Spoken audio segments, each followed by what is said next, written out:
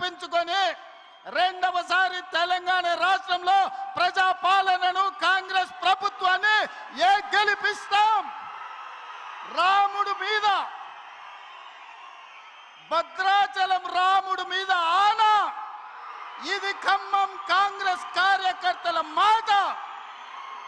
కాసుకో చంద్రశేఖర్ రావు, నువ్వు, నీ కొడుకు, నీ అల్లుడు, నీ బిడ్డ, నీ చుట్టాలు, నీ భజన పరులు,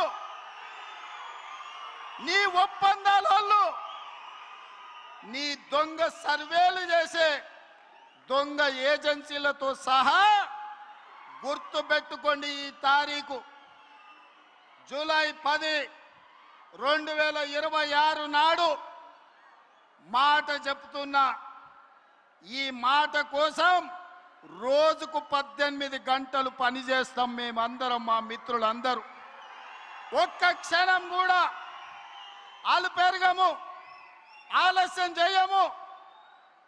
ఎవరిని కూడా అన్యాయం జరగనీయం. తెలంగాణ ప్రజలకు, దళితులు, గిరిజనులు, ఆదివాసీలు, బలైన వర్గాలు, మైనారిటీలు, మహిళలు, రైతులు, విద్యార్థులకు ఈ సంక్షేమ ప్రభుత్వం, ఈ ప్రజా పాలన ఒక సుభిక్షమైన పరిపాలన అందిస్తుంది. రామరాజ్యాన్ని తీసుకొస్తుంది. ఆనాడు మీ అందరికీ తెలుసు, వరేసుకుంటే ఉరేసుకున్నట్టే అని చంద్రశేఖరరావు అన్నాడు. ఈనాడు ఉత్తమ్ కుమార్ రెడ్డి గారు, బట్టి విక్రమార్క గారు, తుమ్మల నాగేశ్వరరావు గారు వరేసుకుంటే 500 రూపాయల బోనస్ ఇచ్చి చివరి గింజ వరకు కొంటాం. దేశంలోనే తెలంగాణ రాష్ట్రాన్ని ఆదర్శంగా నిలబెడతామని చెప్పిండ్రు. ఇవాళ సన్న బియ్యమే కోట్లాది మంది ప్రజలకు బుక్కెడు బువ్వ పెట్టే కార్యక్రమం జరుగుతుంది. అందుకే మిత్రులారా, ఈనాడు రైతుల కోసం వ్యవసాయం దండుగ కాదు, వ్యవసాయం పండుగ చేయాలి, రైతును రాజును చెయ్యాలన్న ఆలోచనతోని మీ నాయకుడు తుమ్మల నాగేశ్వరరావు గారు ఏది ఏమైనా 600 అక్కడి సూర్యుడు ఇక్కడ మలిసినా రైతు భరోసా నిధులు ఇవ్వాలి, మీరు సహకరించాలని నన్ను బట్టి గారిని అడగడం జరిగింది. అందుకే పోయిన సంవత్సరం జూన్లో 9 రోజుల్లో 9,000 కోట్లు రైతు భరోసా మీ ఖాతాలో వేయడం జరిగింది. ఈ సంవత్సరం కూడా ఇదే ఖమ్మం మధుర నుంచి 30 తారీఖు నాడు జూను రైతు భరోసా ఖాతాలో నిధులు వెయ్యాలి అంటే ఆనాడు మీ అభిమానానికి వర్ణ దేవుడు కూడా ప్రసన్నమై మనకు వర్షం కురిపించడంతో ఇక్కడ ఈ ప్రాంగణంలో సభ పెట్టుకోలే. కానీ నిధుల బదిలీ వాయిదా వేయలే.